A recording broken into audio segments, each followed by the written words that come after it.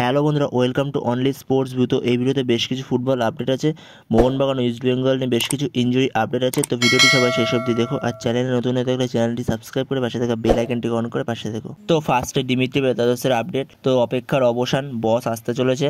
তো আজ রাত 12:15 নাগাদ সে কলকাতায় নামতে চলেছে। তো আজ রাতেই সে কলকাতায় চলে আসছে, কাল থেকে সে হয়তো অনুশীলনে নেমে পড়বে। তো এরপরের আপডেটটি হলো ইস্ট বেঙ্গলকে নিয়ে। তো দিমিত্রি দিয়ামেন্টেকস তার সামান্য একটু চোট লেগেছিল। তো আজকে ইস্ট বেঙ্গলের ডাউনটাউন এরোসের সাথে ম্যাচ আছে, সেই ম্যাচে হয়তো দিমিত্রি দিয়ামেন্টেকস থাকবে না। কালকে ইস্ট বেঙ্গলের অনুশীলনেও দেখা যায়নি দিমিত্রি দিয়ামেন্টেকসকে। ইস্ট বেঙ্গলের কোচ কার্লোস কুয়াদ্রাস সে বলেছে চোটটা অতটা গুরুতর না, একটু রেস্ট নিলে ঠিক হয়ে যাবে। তো তাকে আজকে রেস্ট দেবে আজকের ম্যাচের জন্য সম্ভবত, কারণ এরপরে ইস্ট বেঙ্গলের 14 তারিখ AFC চ্যাম্পিয়ন্স লিগ 2 এর কোয়ালিফায়ার্স ম্যাচ আছে, খুবই গুরুত্বপূর্ণ ম্যাচ। তারপরে ডার্বি আছে, তো তাকে নিয়ে হয়তো আজকে কোনো রিস্ক নেবে না কার্লোস কুয়াদ্রাস। এরপরের আপডেটটি হচ্ছে, কালকের ভিডিওতে তোমাদের জানিয়েছিলাম যে ধীরাজ সিং কাল বিকেলে অনুশীলনে চোট পেয়েছে। তো যেটা শোনা যাচ্ছে তার চোটটা বেশ গুরুতর। তো তার MRI হবে, দেখা যাক কি রিপোর্ট আসে।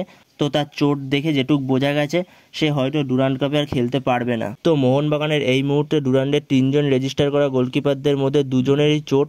অনুশীলনে ধীরাজ সিং চোট পেল কাল, আর ফার্স্ট ম্যাচে জাহিদ বুকারি সে চোট পেয়েছিল। তো কালকের ম্যাচে মেবি বিশাল কাইতে স্টার্ট করবে, আর রিজার্ভ টিম থেকে হয়তো রাজা বর্মনকে নিয়ে আসবে। তো এরপরে আপডেট হচ্ছে গ্রেগ স্টুয়ার্টকে নিয়ে। তো গ্রেগ স্টুয়ার্ট, তাকেও দেখছিলাম সে কালকে অনুশীলনের পর তার পায়ে বরফ দেওয়া ছিল, হয়তো বা তার একটু অ্যাঙ্কেল ইঞ্জুরি হয়েছে, কিন্তু ভয়ের কিছু নেই, হয়তো আশা করি সে একটু রেস্ট নিলেই ঠিক হয়ে যাবে। তো এরপরে জেমি ম্যাকলারেনের ব্যাপারটা। তো জেমি ম্যাকলারেনের কাঁধে একটু ব্যথা ছিল আমরা জানি, কিন্তু কালকে সে অনুশীলনে এসেছিল কিন্তু বল পায়ে অনুশীলন করেনি, মাঠের পাশে একটু দৌড়াদৌড়ি করেছে, ফিজিওর সাথে কথাবার্তা বলেছে, তারপরে সে চলে গেছে।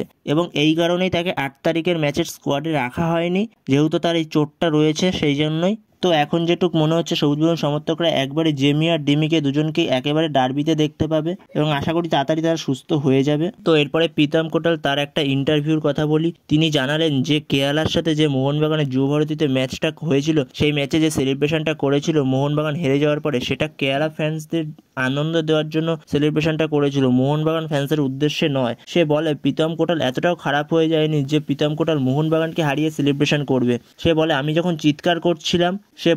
যখন চিৎকার করে সেলিব্রেশন করছিলাম, আমি কেরালা সমর্থকদের আনন্দ দেওয়ার জন্য করেছিলাম। কেউ একজন ভিডিওটা করে ছেড়েছে আর বিষয়টিকে এমনভাবে দেখিয়েছে যে আমি মোহনবাগান ফ্যান্সদের হারিয়ে মোহনবাগান ফ্যান্সদের সামনে সেলিব্রেশন করছি, কিন্তু সেটা না, আমি কেরালা ফ্যান্সদের আনন্দ দিচ্ছিলাম। তো এটাই বলে প্রীতম কোটাল ওই ঘটনা সম্পর্কে। তো এই ভিডিওতে এই পর্যন্ত। তো এই আপডেটগুলো দেওয়ার ছিল। তো ভিডিওটি ভালো লাগলে অবশ্যই লাইক শেয়ার সাবস্ক্রাইব করতে ভুলো না। তো নেক্সট ভিডিওতে দেখা হচ্ছে, ততক্ষণের জন্য বাই বাই।